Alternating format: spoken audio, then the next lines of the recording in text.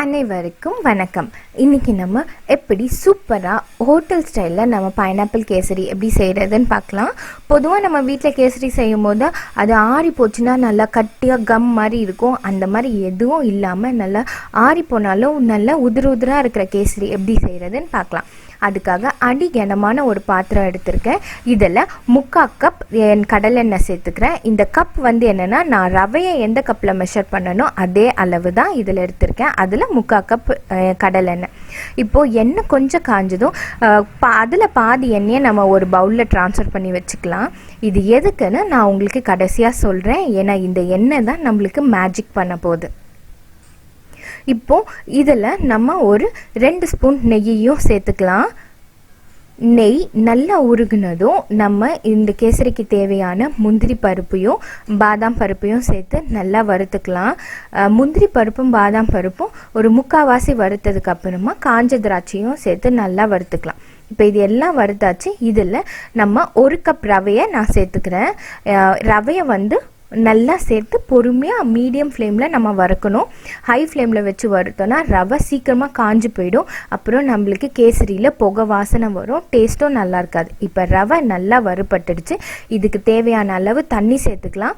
நான் இன்றைக்கி ரவை மெஷர் பண்ணி எடுத்த அதே கப்பில் 2 கப் தண்ணியை எடுத்து நல்லா கெட்டிலில் சூடு பண்ணி வச்சுருக்கேன். நல்லா கொதிக்கிற தண்ணியை தான் நம்ம இந்த கேசரிக்கு பயன்படுத்தணும். இப்போது 1 கப் ரவைக்கு 2 கப் சுடு தண்ணியை நான் சேர்த்து நல்லா கலந்து விட்டுக்கலாம். தண்ணி சேர்த்ததும் ரவை நல்லா கைவிடாமல் கலருங்க. அப்படி இல்லைன்னா அங்கங்கே கட்டிப்பட்டுடுச்சுன்னா கேசரி சாப்பிடும் போது நல்லா இருக்காது. ஸோ நல்லா கலந்து விட்டுட்டே வந்தீங்கன்னா இந்த ரவை நல்லா வெந்து ஒரு திக்கான கன்சிஸ்டன்சி வரும். ஸோ அப்படி என்னென்னா ரவை நல்லா வெந்துடுச்சுன்னு அர்த்தம். இந்த சமயத்தில் கொஞ்சமாக நான் கேசரி கலர் சேர்த்துக்கிறேன். எல்லோ கலர் சேர்த்துருக்கேன். இப்போது இதில் நான் 1 கப் ரவைக்கு 1 கப் சர்க்கரை சேர்த்துருக்கேன். இனிப்பு இன்னும் பிடிக்கும் அப்படின்றவங்க 1/2 கப் கூட சேர்த்துக்கலாம். ஆனால் நான் இன்றைக்கி 1 கப் ரவைக்கு 1 கப் சர்க்கரை.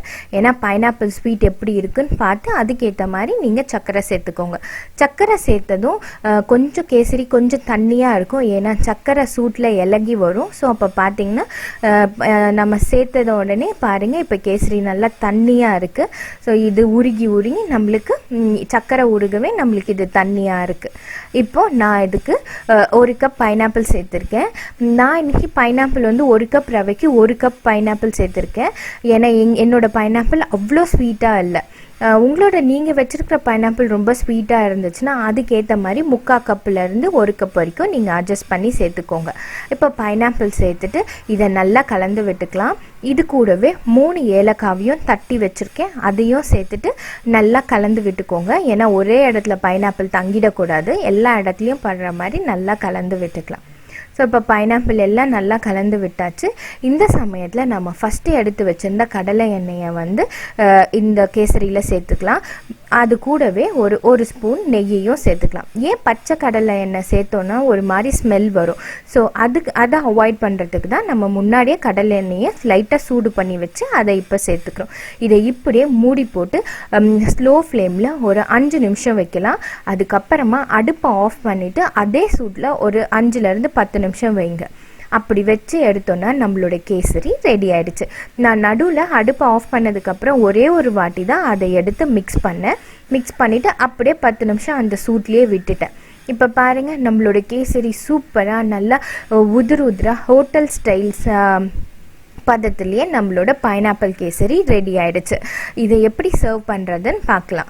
சர்வ் பண்ணுறதுக்காக ஒரு குழம்பு கரண்டியை எடுத்து நீங்கள் அப்படியே சாய்ச்சிங்கன்னா ஒட்டாமல் வருது பாருங்கள். இதுதான் நம்மளோட கேசரியோட பதம்.